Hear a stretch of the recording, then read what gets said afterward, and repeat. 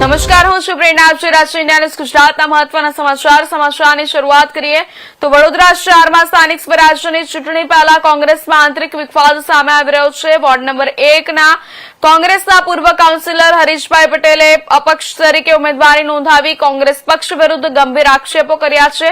વડોદરાના ward number 1 માં રાજકીય ગરમાવો વધી રહ્યો છે.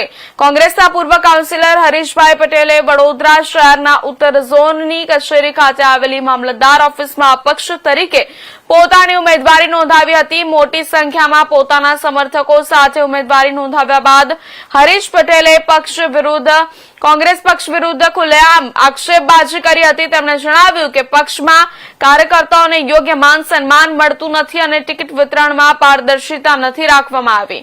આ દરમિયાન તેમના સમર્થકોની મોટી સંખ્યામાં હાજરી જોવા મળી હતી અને અપક્ષ ઉમેદવારીને લઈને શક્તિ પ્રદર્શન પણ કરવામાં આવ્યું હતું.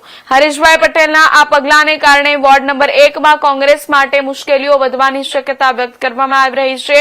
હવે આવનારા દિવસોમાં આ મુદ્દો કેટલો રાજકીય રંગ લે છે તે જોવાનું રહેશે, કેમ કે ગુજરાતના ઇતિહાસમાં પ્રથમ વખત એક જ વોર્ડમાંથી 3 મહિલાઓને કોંગ્રેસ દ્વારા ટિકિટ આપવામાં આવી છે, જેમાં હરીશ પટેલની ટિકિટ કપાતા આજે તેમને અપક્ષમાં ઉમેદવારી નોંધાવી છે.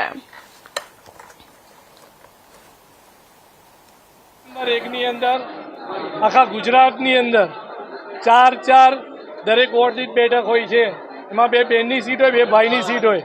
પણ વોર્ડ નંબર 1 ની અંદર કયા ભાઈઓની અછત પડી હોય એમ કોંગ્રેસે 3 બહેનોને લડાયા છે, મારી ટિકિટ કાપી છે.